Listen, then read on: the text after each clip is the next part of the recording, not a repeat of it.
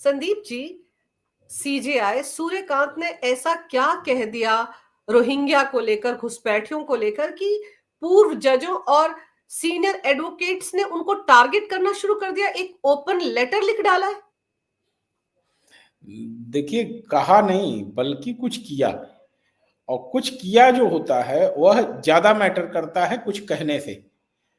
पहली बात, जब जस्टिस सूर्यकांत साहब ने राष्ट्रपति भवन के अंदर जा करके जो हिंदी में शपथ ली, और उसके बाद उन्होंने एक चीज क्लियर कर दिया कि भाई हम कॉलोनियल माइंडसेट वाले लोगों में से नहीं हैं। उस चीज से बाहर निकल करके उन्होंने अपना एजेंडा बिल्कुल क्लियर कर दिया कि भाई हम 1947 के बाद वाले लोगों में से हैं।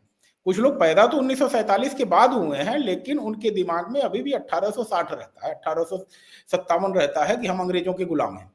और उसी गुलामी की मानसिकता में कुछ लोगों को जो पद मिला होता है, पद, मेरा इशारा आप समझ रही हैं, क्योंकि आपको पता है कि कुछ चीजें ऐसी हैं जिसको डिफाइन नहीं किया जा सकता कि आप वरिष्ठ अधिवक्ता कैसे बनते हैं। उसके लिए कोई सेट रूल नहीं है कि आपने उतना कंप्लायंस कर दिया तो आपको मिल जाएगा, बल्कि वह डिस्क्रिशनरी पावर है। उनके हायर जो बैठे हुए लोग हैं वह लोग निर्धारित करते हैं कि आपको तमगा मिलेगा कि नहीं मिलेगा। और उस तमगे को बचाने के लिए जो है एक नरेटिव जो ऊपर से गढ़ा जाता है, उसी के राग में राग मिला करके वो गाते रहते हैं। तो ऐसे में उस चीज के खिलाफ जाकर के जब उन्होंने कहा कि भाई अब देश में सभी को मौका मिलेगा, बराबर का मौका मिलेगा, क्या लॉयर सीनियर, क्या जूनियर, क्या वरिष्ठ अधिवक्ता और क्या आम पब्लिक, हर किसी को अगर ऐसा कुछ लगता है कि उसके मामले में अर्जेंट है, तो आपको अपना चेहरा दिखाने की जरूरत नहीं है, कोर्ट को इंप्रेस करने की जरूरत नहीं है। अगर आपके मुद्दे में दम है तो आप अपने एक पेपर पे लिख के दीजिए, उस प्रोफार्मा में अगर हमें समझ में आएगा तो हम उस चीज को एंटरटेन करेंगे। तो इन सब चीजों से जो है कहीं न कहीं एक ग्रुप है जो डरा हुआ है कि अगर इस तरह की चीजें यहाँ सुप्रीम कोर्ट में स्थापित हो गई तो फिर हम करेंगे क्या। मामला तो हम नया वैसे ही नहीं फाइल कर सकते। आपको भी पता होना चाहिए कि जैसे ही कोई सीनियर एडवोकेट बनता है उसका केस फाइल करने का राइट छीन लिया जाता है, या उसको इस चीज से सरेंडर करना पड़ता है चीजों को जो है। तो आपका मुकदमा दाखिल करने का चला ही गया, सीनियर एडवोकेट बनते ही आपका मेंशनिंग का भी राइट चला गया। अब अगर चीजों में आम लोगों को सुना जाने लगेगा तो फिर ऐसे को कोई पूछेगा कैसे। ये बात तो है। तो चिंता, आप देखें ना, इसमें जितने लोग हैं, कुछ तो ऐसे पूर्व न्यायाधीश हैं जिन जो कि आज की तारीख में सुप्रीम कोर्ट में प्रैक्टिस कर रहे हैं। और आपको मैं दर्शकों की जानकारी के लिए बता दूं कि हाई कोर्ट के जितने भी रिटायर्ड जज होते हैं वह जब सुप्रीम कोर्ट में प्रैक्टिस करने के लिए आते हैं तो उनको वरिष्ठ अधिवक्ता de facto SCBA, Supreme Court Bar Association, recognise करती है, और यह एक परंपरा बनी हुई है। तो यहां पर जो बात आ रही है, सही मामले में एक जो कॉलोनियल चीज बनी हुई है उसको बचाने के लिए ये सब चीजें चल रही हैं।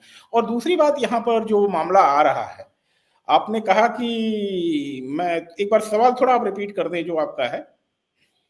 सर, मैं यही कह रही हूँ कि मुझे ताज्जुब इस बात का हो रहा है कि सीजीआई ने रोहिंग्या को लेकर, घुसपैठियों को लेकर ऐसी कौन सी स्टेटमेंट दे दी थी। यही तो कहा था कि भाई उनके लिए हम रेड कारपेट वेलकम थोड़ी बिछाएंगे, वो देश में अवैध तरीके से घुसे हैं तो उनको बाहर करना ही पड़ेगा।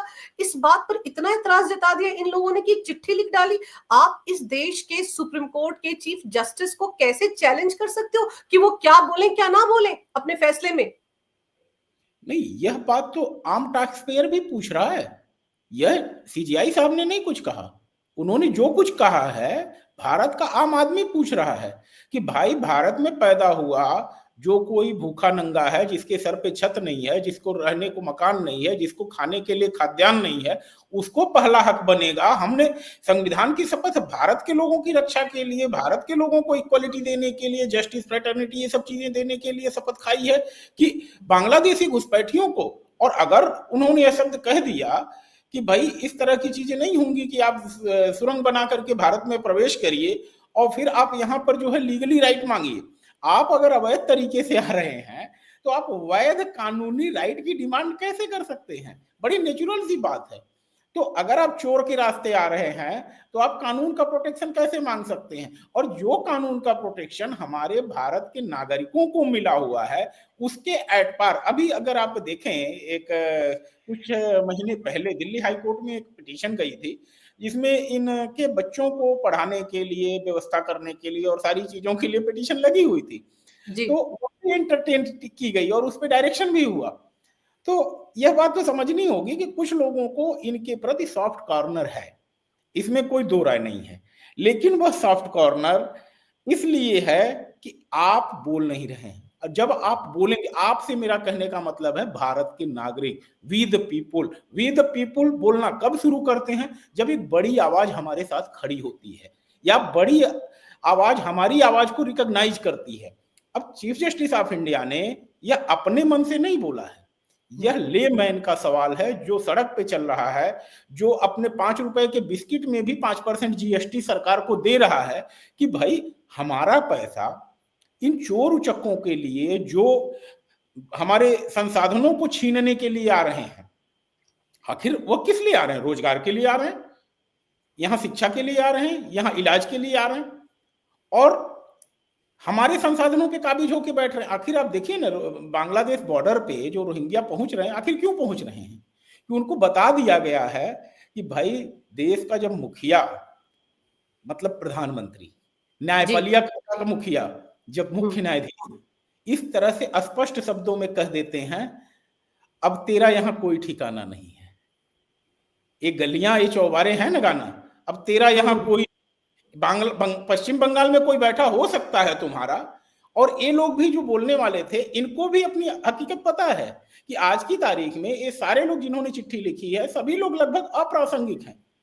भाई देश में बहुसंख्यक या ये कहें कि बहुतायत जनता इस तरह के विचार के साथ नहीं खड़ी होती है, जिसमें कि जी। टैक्स पेयर मेहनत से पैसा सरकार को दे और वह सरकार वह पैसा उनके ऊपर खर्च करे जो कि भारत के आम नागरिकों के संसाधनों पर आकर के काबिज होके बैठे हुए हैं।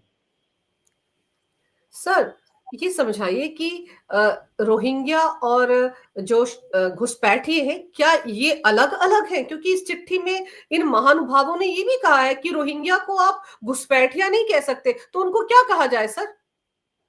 देखिए, थोड़ा मैं इलैबोरेट कर दूं इस चीज को। रोहिंग्या अगर आप कहेंगे तो रोहिंग्या दो तरह के हो गए।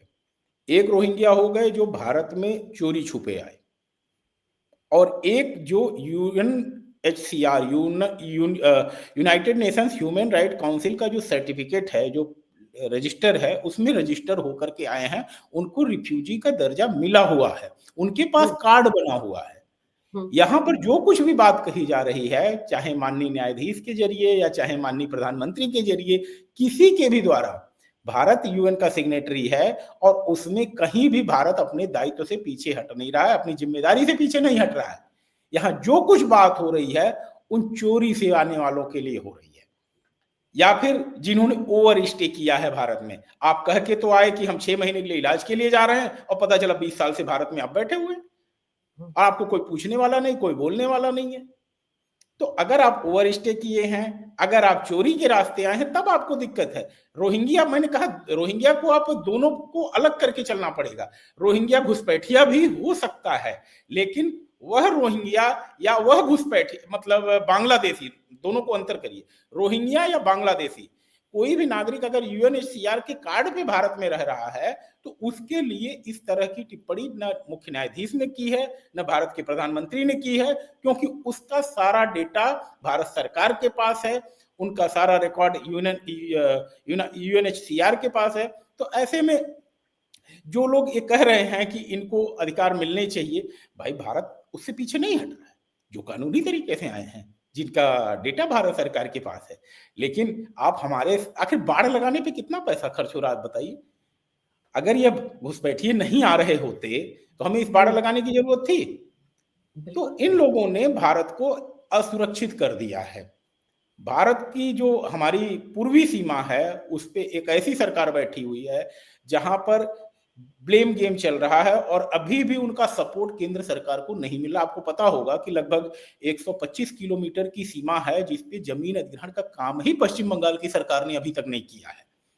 तो अगर घुसपैठिया फ्रेंडली सरकार होगी, घुसपैठिया फ्रेंडली जी, एनवायरमेंट होगा, घुसपैठिया फ्रेंडली एडमिनिस्ट्रेशन होगा, उस पे ये लोग नहीं टिप्पणी कर रहे हैं। इन लोगों को तो टिप्पणी उस पे करना चाहिए ना, कि ममता जी वो 115 125 किलोमीटर की जो सीमा बांग्लादेश से सटी हुई है, उसका आप क्यों नहीं करा रही हैं? तो उस पे सवाल नहीं पूछ रहे हैं। अगर आप इतने ही राइट्स हैं, तो क्या हमारे रोहिंग्या के अगर मानवाधिकार है, बांग्लादेशियों के मानवाधिकार हैं, तो क्या पश्चिम बंगाल के लोगों के मानवाधिकार नहीं हैं?